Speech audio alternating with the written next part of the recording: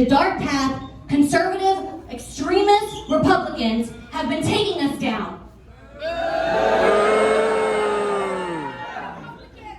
A path where our state is the least insured state in the nation and leads the nation in school shootings. A path where we're the #1 in book banning, but we're on the bottom of lists for per pupil spending in our public schools. The time for change is now! In just 1 week, polls open for early voting right here in Texas. In just 1 week, you can start voting for candidates like me that's gonna fight like hell to restore a woman's right to choose in our state. In just 1 week, you can vote for candidates like Kevin Morris and Jesse Ringnes to ensure we pass sensible gun reform legislation so parents aren't afraid to drop their kids off at school. On October 24th, we can start electing candidates that will choose people over dark special interest money so we can fix the damn grid.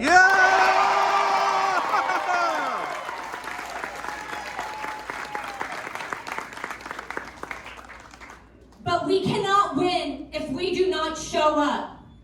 We need to encourage everybody to have their voice heard and their vote counted.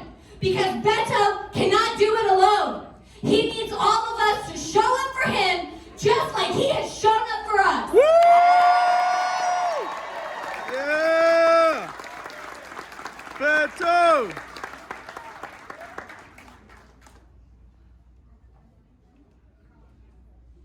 In just 1 week, we can start bringing change to our state. We can take our state back. Candidates that will put pro quality of life over forced birth policies. It shakes me up to think about it. To put parents having accessible childcare over the terrible things that we have been seeing. And I'm being told my time is up. So look, guys, in just 1 week, we can't stop at the top. We must vote blue all the way through.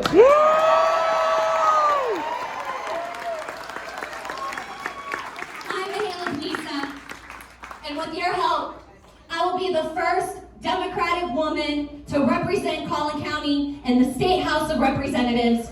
And on November 8th, we will make history by electing Beto to be the governor of this great state of Texas.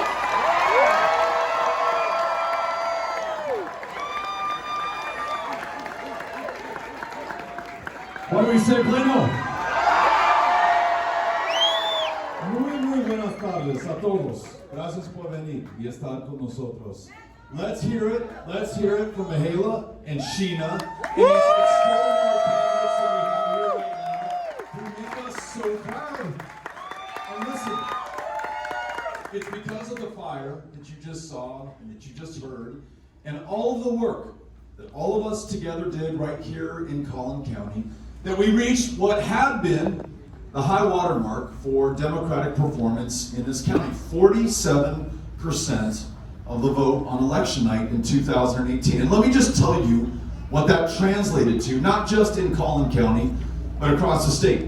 You made me the first Democrat to win the 4 major metro areas and their surrounding counties since Lyndon Baines Johnson did it in 1964. The highest voter turnout since 1970 in a midterm election. Young voter turnout up 504%.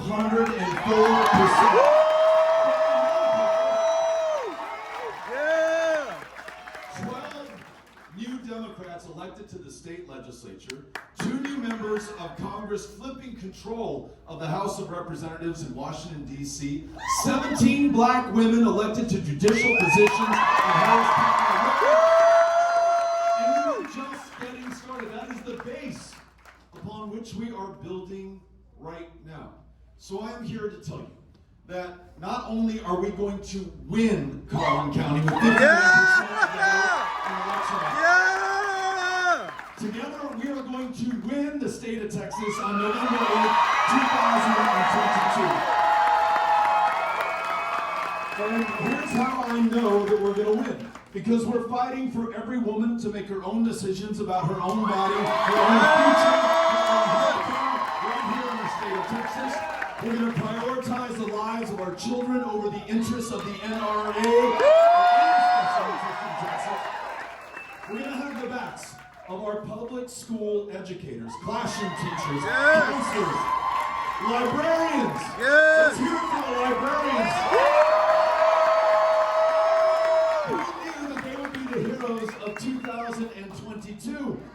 But they're standing up for us and this democracy and freedom and the ability to be educated and to learn the stories and histories of every single one of us. And let me tell you about these classroom educators and the support personnel, the bus drivers, the cafeteria workers, the janitors, those who make sure that we can make public education possible for our kids and our grandkids and the young people who will succeed us as the leaders of the future. On average in Texas, the educator is underpaid by about $7,500 a year against the national average.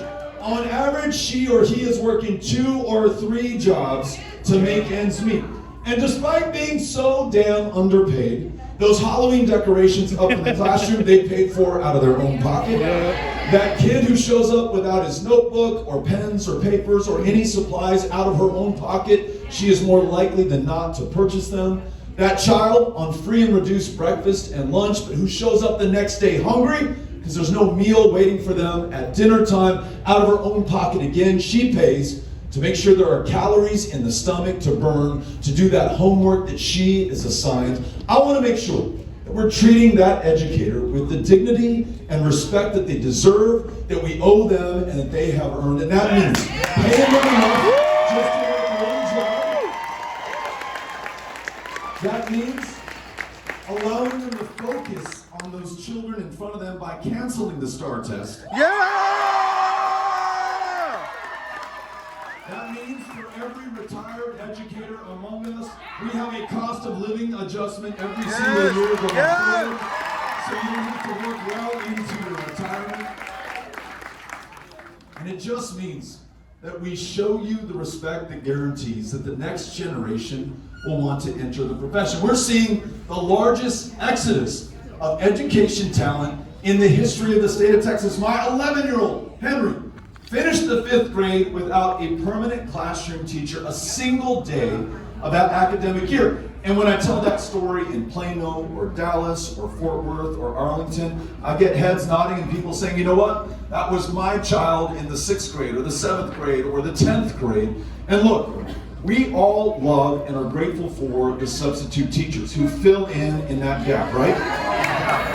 But that permanent classroom teacher, that consistent presence in front of those kids, that teacher is the one who notices if something's not right, if that child is losing weight in a weird way, or if they're just troubled or depressed or sad or thinking about doing something harmful to themselves. The level of suicidal ideation.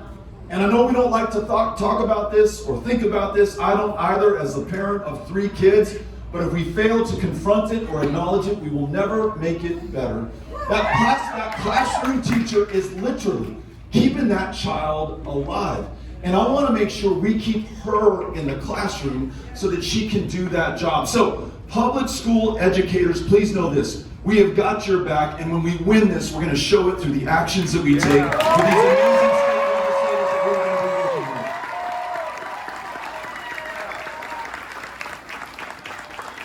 with. For the women and men among us who have served this country in uniform, I want you to hear me out. Not only are we all grateful to you for your service, and everyone says that, and everyone should say that, But we're going to start showing that in the actions that we take, in the resources that we deploy, and the way that we are there for you when you come back to this country, the way we are there for you to send you off, to ask you to literally lose your life or take the lives of others in the name of this country. Just think about this.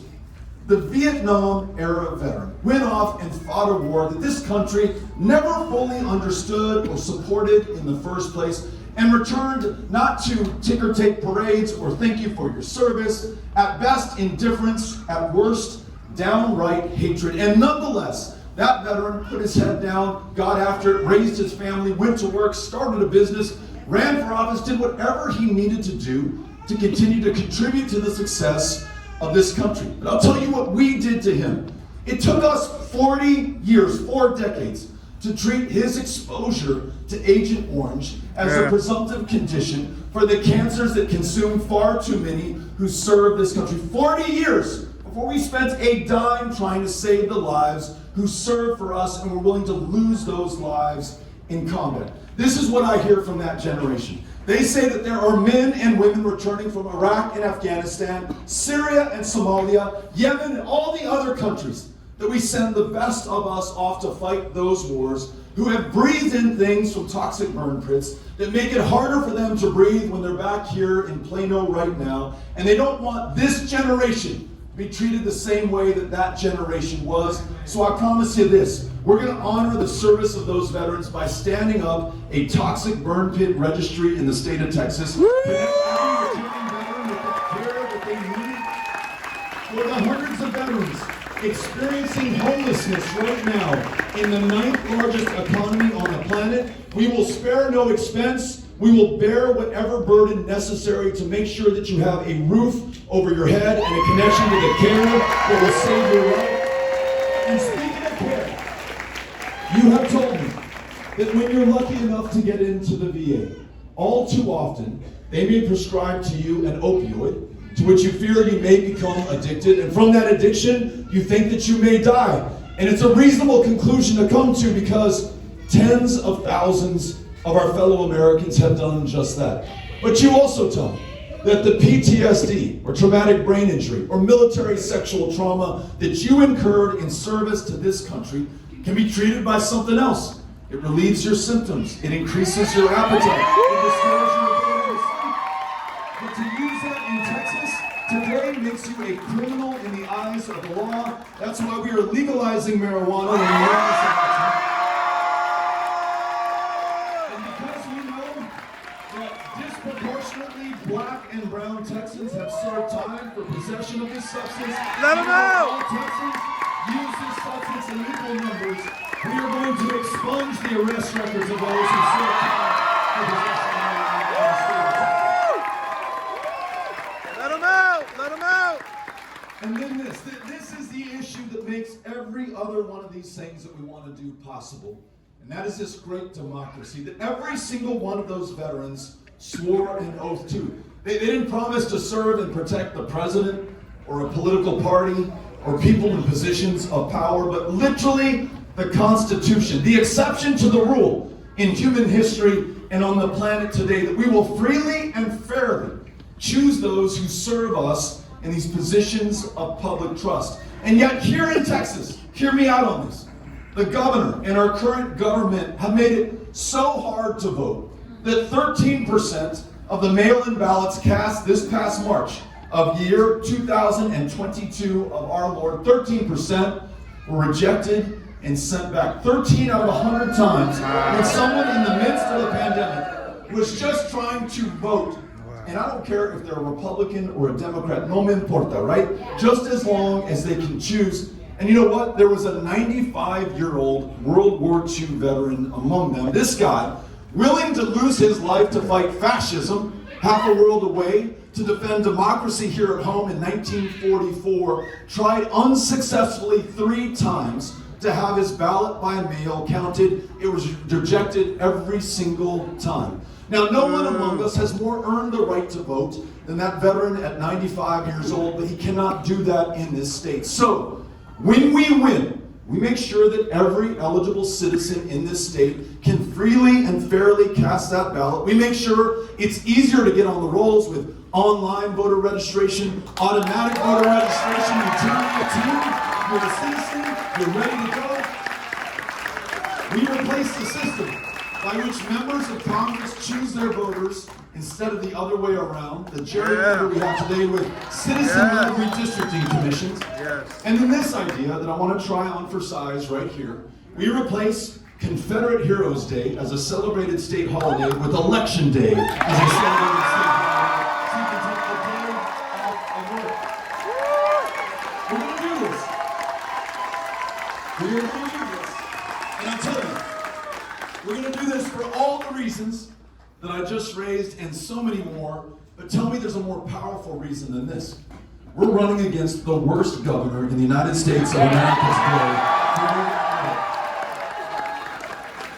Find me someone who has failed harder than this guy over the last 8 years. I'll give you some examples. 1 month ago, the most extreme abortion ban in America went into effect right here in the state of Texas. And look, not only does it begin at conception, not only is there no exception for rape or incest or effectively and functionally the life of the mother or the woman at stake, but it is happening in what is right now the epicenter of a maternal mortality crisis that is 3 times as deadly for black women in the state of Texas. We know for sure this will consign far too many women and girls to unnecessary suffering and death because of his callousness and his cruelty. But we also know that we have the power to overcome this, and not just aspirationally because we say that we can, but because we have before against much longer odds. And I explain with this. 50 years ago, abortion was just as illegal in the state of Texas as it is today. But no one came and rode to the rescue of Texas women and girls from outside of this state. In fact, Texas women like Jane Roe of Roe versus Wade, her 2 Texas attorneys, Linda Coffey, who still lives in Dallas, Sarah Weddington from Bright Blue, Abilene, Texas, those 3 young Texas women prevailed upon an all-male United States Supreme Court to win the protection for the right to privacy. In other words, to make very personal, very often painful decisions without fear of government intrusion or intervention. So look, here's my logic. If Texas women won the way 50 years ago, Texas women are going to win it back in 2022.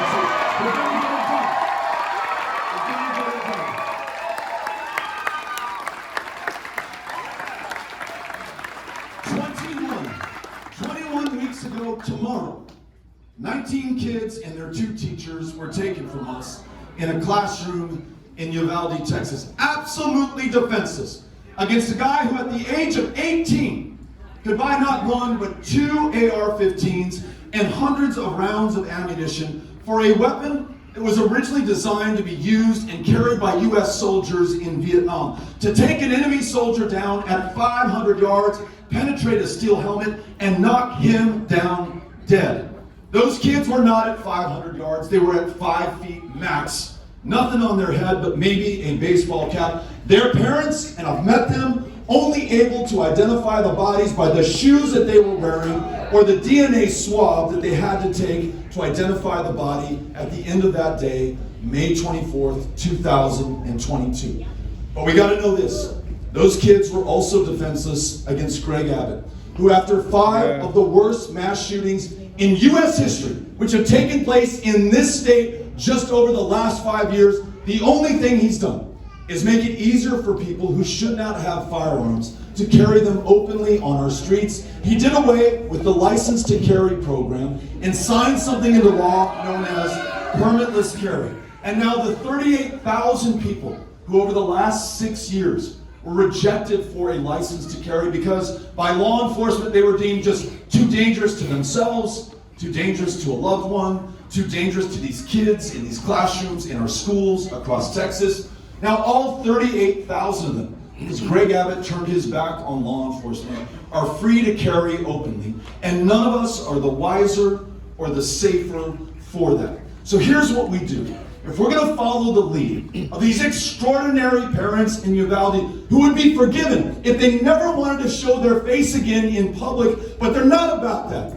They took a 5-hour bus ride to be in Edinburgh, Texas, the day of the only debate that Greg Abbott would allow, knowing full well they would not be allowed into a 1,000-person theater that he didn't allow a single soul into, to make sure that none of us lose sight what happened to their kids and what all of us together can do to make sure that it never happens to another child in Texas. Raising the age of purchase to 21 for an AR-15. A red flag law for those who already have guns in the home and are threatening to use them against others in our lives.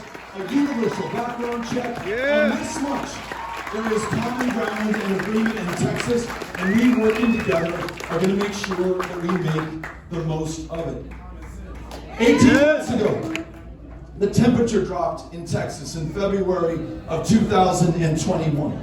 But the guy in power could not keep the power going to the people that he purported to serve. Here in the energy capital of the world, the lights went out, the heat stopped running, and the water stopped flowing as well because it was frozen in the pipes above your head, pipes that soon burst as soon as the temperature began to rise again, causing $10 billion in damage to properties across the state of Texas. 700 people lost their lives in this state that we know of. Vietnam-era veteran, 75 years old, can't charge his oxygen tank in his house, so he wheels it out to his truck where they find him dead of hypothermia. An 11-year-old child in Conroe, Texas, his mom unable to pile enough blankets on his body. He is dead by the next morning. Kids who burned up in their houses because their parents lit fire to their furniture, trying to keep them warm. Those fires got out of control again and again and again. And here's the kicker, and the insult to the injury that we sustained. That grid is still not fixed going into this next winter, and all of us got left holding the bag with higher energy and electricity prices. $45 more on average per month for electricity ratepayers in Texas. You can call that the Abbott tax if you wish. You can spread that around to anybody who will listen. And I'll tell you what,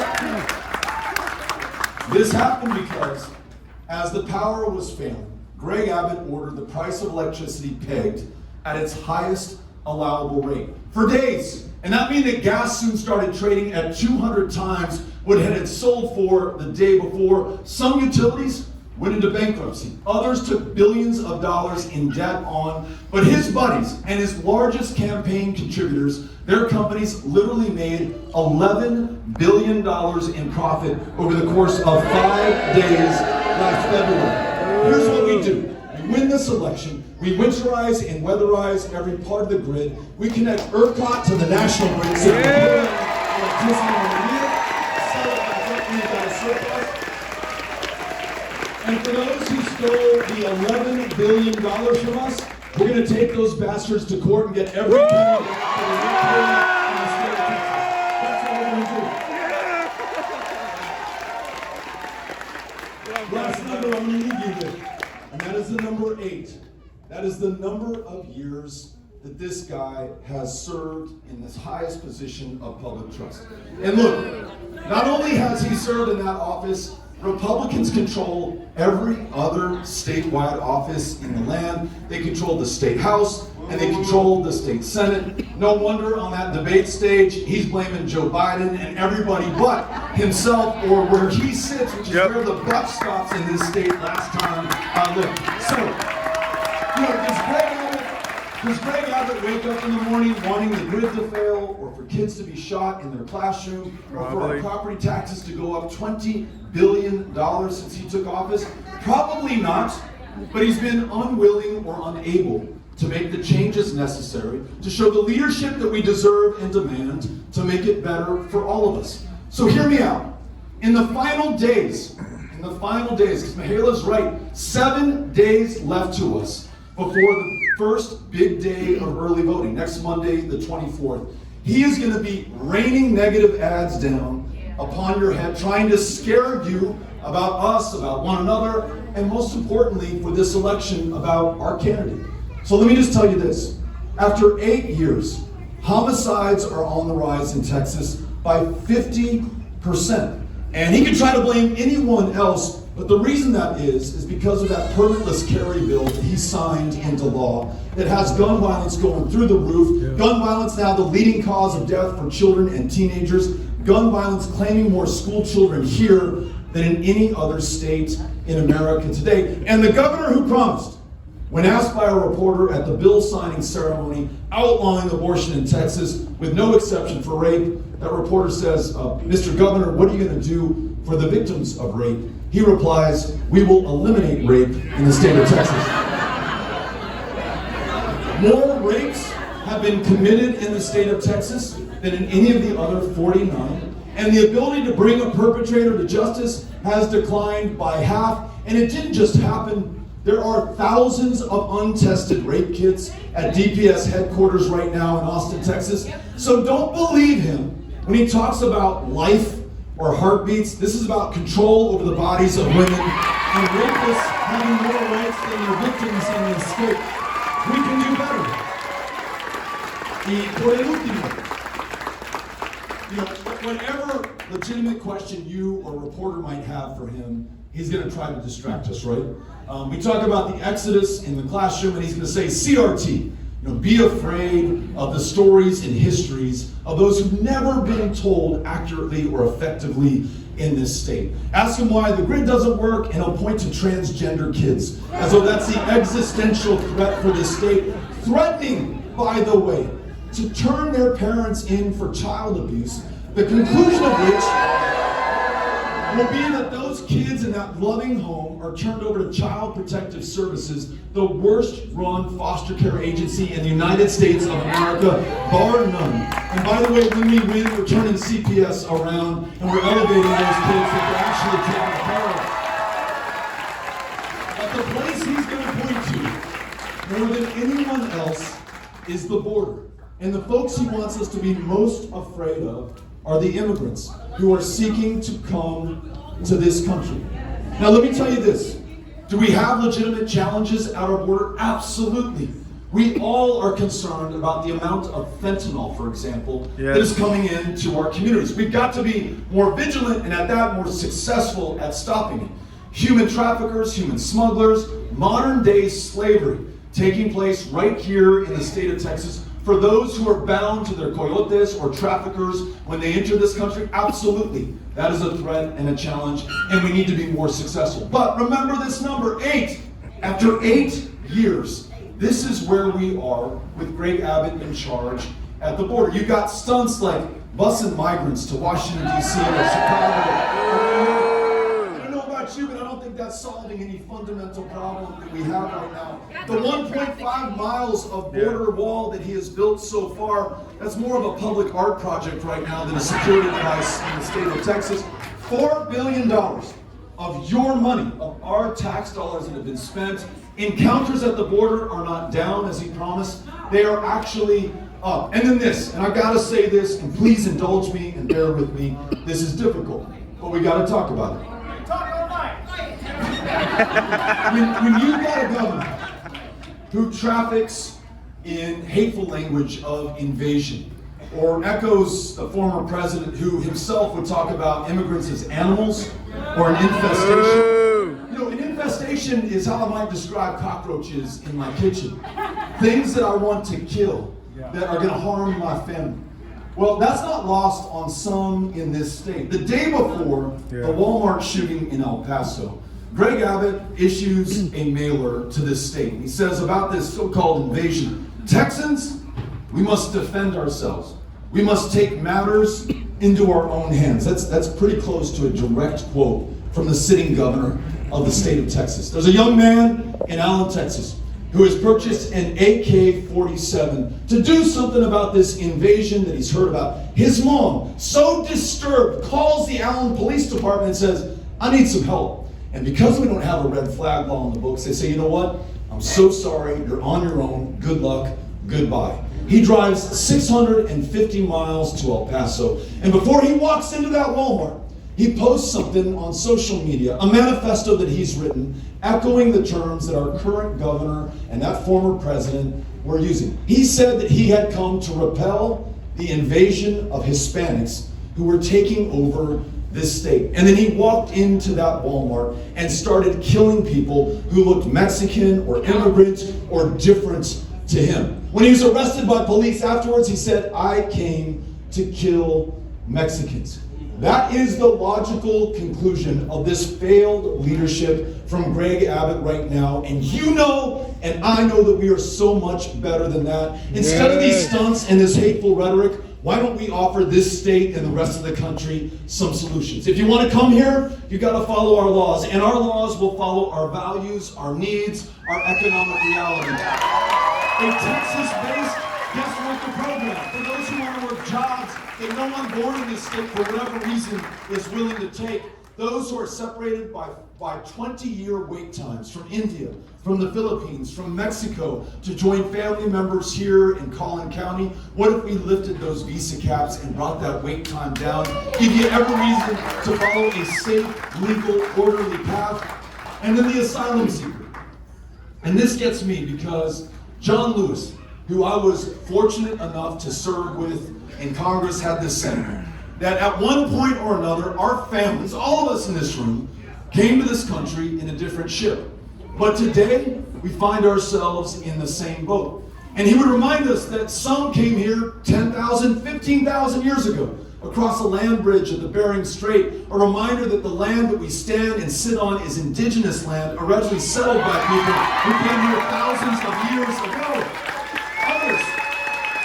Others were kidnapped in Africa, brought across the Atlantic in bondage, and forced to literally build the foundational success and strength of America and Texas, though they would never be able to partake in the wealth that they made possible. And still others, like the O'Rourkes in the 19th century, fled to this country because to stay in Ireland meant to die in Ireland. In the midst of a famine that would take 1 million lives, the O'Rourkes also crossed the Atlantic and came to the one place that would take them in. So listen, those coming today from Haiti and Venezuela and Honduras and El Salvador and really the planet over are part of this tradition that has made us the country that we are today. All we're asking is that there be that safe, legal, orderly path, that you don't have to climb into the back of a tractor trailer along with 52 other migrants, where you will be found dead at the end of a hot Texas summer day. Imagine the decision you've got to make to climb into the back of that trailer. It's not easy. Someone's got to assist you to lift you up. And then imagine that you now reach down and grab the hand of your 11-year-old daughter and bring her up with you. You don't do it for kicks. You don't do it to steal someone's job. You don't do it to rape or commit crimes in this country. You do it because you probably have no other choice but to try to come here right now. Let's make sure there's a safe, legal, orderly path to get that done. That's what we can lead on when we win this election. You all ready to win? I'm going to need your help. There are volunteers in high visibility yellow vests throughout this room right now. On their clipboards, they have open slots for block walking. Now listen, you have been very busy with life, raising your kids, taking care of your folks, working your jobs, going to school, just trying to catch a break after 2 years of trauma and pandemic. I get it. But this is the last week before votes begin to be cast, and all I'm asking is for an hour or two of your time, maybe every single day. You can do it. Maybe just an hour or two this week if that's all you can manage. But what you can do right now with what you have, where you are, I guarantee you will make the difference. So before you leave, please sign up with somebody wearing one of these yellow vests. I promise you, it's not the candidate, it's not the political party, it is you, the people of this state, who are going to win this election. And lastly, we want to make sure, as we were just reminded by Sheena and Mihaela, that we vote up and down the ballot. That means justice of the peace, that means county commissioner, that means state representative, that means district judge, that means state senator, that means member of Congress, that means everybody up and down. We need a full team that we can work with. When you, if you, come over to take a picture with us before we leave, promise me that you will post that picture on your favorite social media platform to prove that we existed to the people of the future. We want to know that we stood and fought when it counted for the most, and also to bring your friends, family, and neighbors in. They see you. That's going to be so much more powerful than them seeing me or any of these other candidates. They trust you. They're going to follow you. If you post that and say, I am voting for Beto, or I'm voting for Sheena, or Mihaela, or any of these other great candidates, they're going to vote with you as well. Let's go out there and win this thing. Y'all